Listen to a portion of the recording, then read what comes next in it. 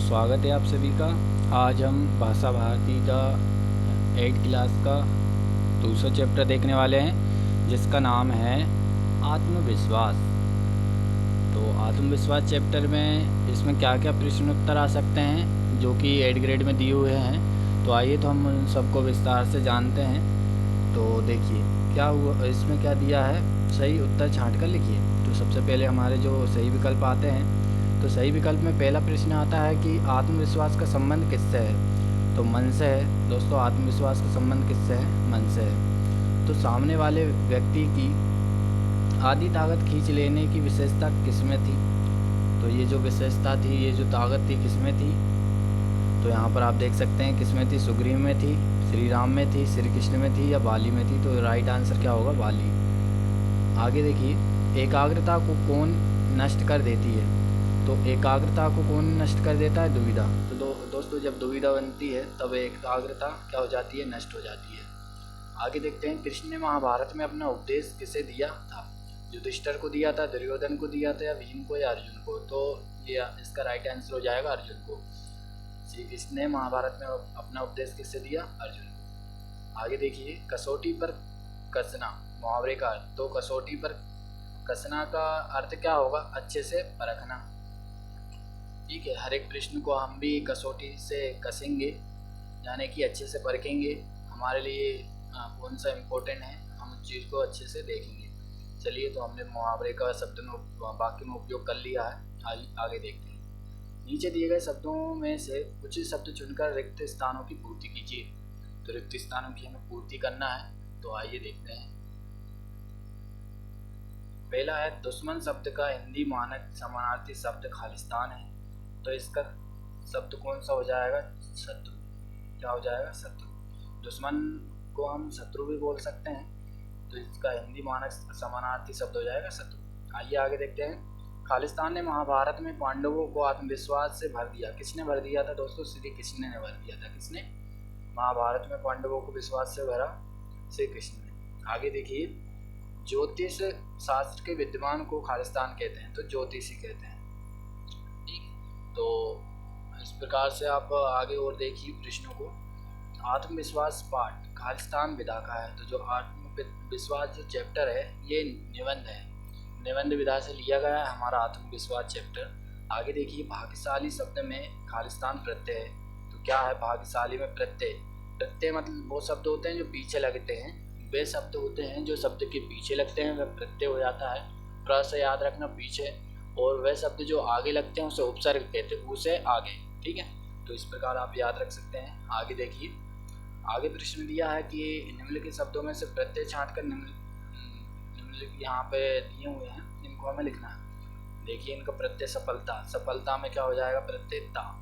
फिर मानसिक। मानसिक में क्या हो जाएगा? एक। बंदूक बाला। तो बंदूक बाला में बाला हो जाएगा। धनवान। वान, धन अलग हो गया और वान अलग हो गया, तो वान इसका प्रत्यय शब्द हो जाएगा। आगे देखते हैं।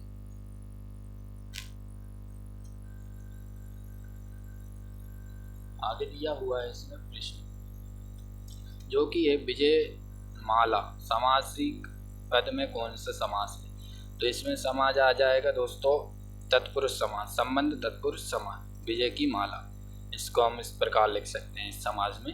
फिर हमें किन लोगों से दूर रहना चाहिए? तो जो लोग परेशानियों, निराशाओं और असफलताओं की बातें करते हैं, उसे दूर रहना चाहिए। तो जो नेगेटिव थिंकिंग रखते हैं, सोच रखते हैं, उनसे हमें क्या रहना चाहिए? दूर रहना चाहिए। ठीक है, आगे देखते हैं। राम बाली के सामने आकर क्यों नहीं लड़े? तो राम बाली के सामने आकर क्यों नहीं लड़े? इसलिए नहीं लड़े क्योंकि इससे बाली को मिले वरदान की मर्यादा भंग हो जाती। बाली को अपने शत्रु के आधे बल को खींच लेने का वरदान प्राप्त था। आगे देखते हैं। ये प्रश्न का आंसर हो गया है, और ये भी पूछा जाता है कि बाली को क्या वरदान प्राप्त था, तो आप उसको भी देख सकते हैं। आगे देखिए क्या दिया हुआ है। विरोधी को हम शक्तिशाली क्यों मान लेते हैं? क्यों मान लेते हैं? हम अपनी आत्महीनता के कारण विरोधी को शक्तिशाली मान लेते हैं। हमें खुद पर विश्वास नहीं होता है, इसलिए हम दूसरे को क्या मान लेते हैं? शक्तिशाली। हमें अपना आत्मबल नहीं खोना चाहिए। आगे देखते हैं। सफलता की, विजय की, उन्नति की कुंजी तो अविचल श्रद्धा ही है। इस वाक्य का भाव स्पष्ट कीजिए। तो इसका भाव स्पष्ट करते हैं कि किस प्रकार से ये जो पंक्तियाँ लिखी है इनका अर्थ क्या बनता है। अटल श्रद्धा ही व्यक्ति का मनोबल बढ़ती है, जो उसकी विजय एवं उन्नति का मार्ग प्रशस्त करती है। क्योंकि अटल श्रद्धा, अगर श्रद्धा नहीं होगी तो व्यक्ति का मनोबल कैसे बढ़ेगा, इसलिए उसमें एक अटल श्रद्धा होनी चाहिए, तब व्यक्ति का मनोबल बढ़ता है। फिर आगे देखिए, लेखक के मित्र के गुणों पर प्रकाश डालते हुए बताइए कि हमें इससे क्या शिक्षा लेनी चाहिए। तो लेखक के बारे में दिया हुआ था चैप्टर में, आइए तो इसके बारे में क्या लिखेंगे हम।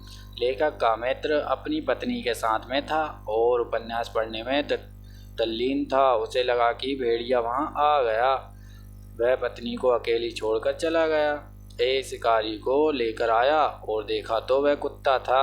अतः हमें सावधानीपूर्वक देखना चाहिए। तो हमें ऐसा भी नहीं कि हमने किसी को देख लिया और डर के हम भाग लिए, पहले उस चीज़ को हमें सही से जांचना परखना चाहिए।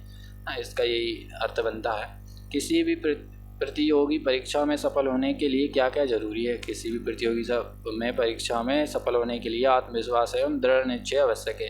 अगर हम में आत्मविश्वास नहीं होगा तो हम परीक्षा में उत्तीर्ण कैसे हो पाएंगे। अगर हम में विश्वास है कि हाँ पेपर को हम कर सकते हैं, हमें याद है सब कुछ, बहुत सरल पेपर आता है, तो हमारे अंदर आत्मविश्वास होना चाहिए। दूसरी चीज़ों को हमें सरल समझना चाहिए। तो इस प्रकार से हम देख सकते हैं। आगे देखिए, आत्मविश्वास के बूते पर जीवन में सब कुछ करना संभव है। आत्मविश्वास पाठ के आधार पर किसी महान व्यक्तित्व उदाहरण देते हुए उक्त कथन का स्पष्ट कीजिए। तो आइए तो इसको जो कथन है इसको हम स्पष्ट करते हैं, किस प्रकार से करेंगे। देखिए क्या है, आत्मविश्वास के बूते पर कुछ भी करना संभव है। एक बार सुभाष चंद्र बोस एक प्रतियोगी परीक्षा दे रहे थे। वहाँ निरीक्षक ने उनसे एक चलते हुए पंखे की पंखुड़ियाँ क्या गिनी जा सकती है, ये प्रश्न किया किसी ने ना उनसे। फिर सुभाष चंद्र बोस ने आत्मविश्वास के साथ पंखे का स्विच बंद कर कहा, हाँ अवश्य गिनी जा सकती है। तो दोस्तों कुछ भी काम जो है कठिन नहीं होता, हम उस चीज़ को सरल बना सकते हैं। तो इस प्रकार से आप लिख सकते हैं ना, इसमें छोटी सी कहानी थी। आइए आगे देखते हैं। गद्यांश को पढ़कर उसका सार अपने शब्दों में लिखिए। तो हर व्यक्ति की अपनी क्षमताएं एवं सीमाएं होती है। तो इस हिसाब से आप देख सकते हैं, ये प्रश्न है इसका। मिलते हैं नेक्स्ट वीडियो में। धन्यवाद।